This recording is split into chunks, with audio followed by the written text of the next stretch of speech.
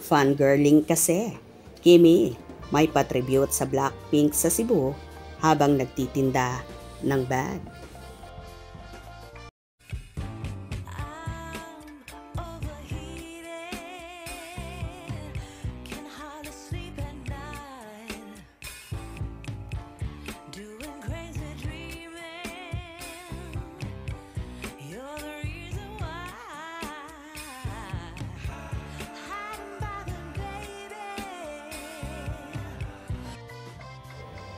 Aliw talaga si Kim Chiu.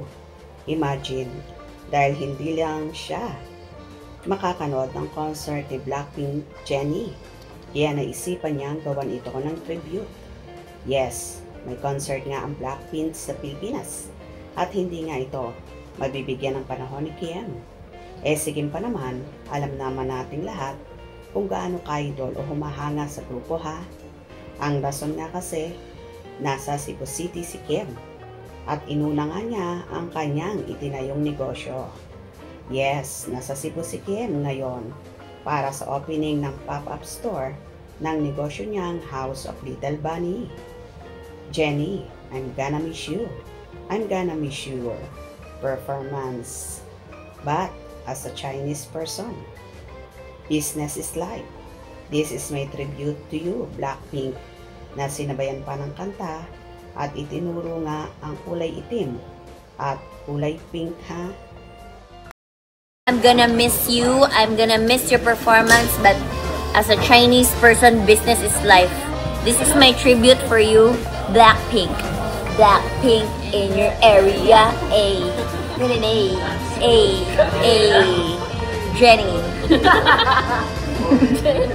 Ooh, gotta rock like Jennie. Blackpink like Jennie. In Cebu.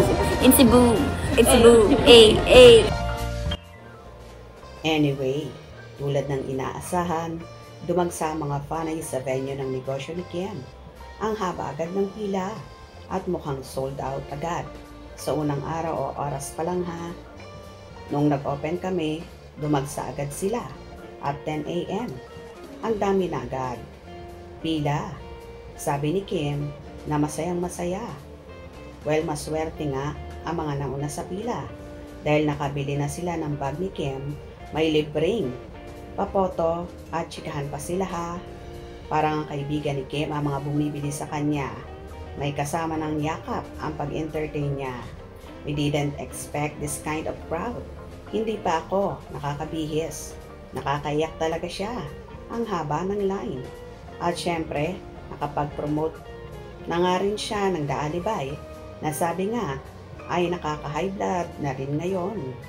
Sa totoo lang, napakabait ni Kim sa mga fanay niya na hindi talaga siya napapagod na makapagpa-picture sa kanila at makipag-chikahan na rin.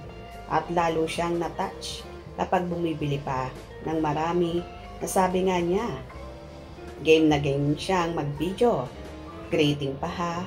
At syempre, super aliw rin kapag nagbibisaya si Kim. O diba? Kitang-kita naman kung gaano inuna ni Chinita Princess ang kanyang negosyo at ang haba-haba nga ng pila. Kaya naman, kahit hindi siya nakapanood ng concert ng Blackpink, ay masayang-masaya naman siya sa pag-open ng negosyo niya sa SM Cebu City.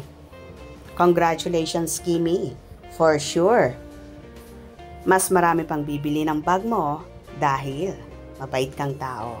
Hope you enjoy. Please subscribe for more info.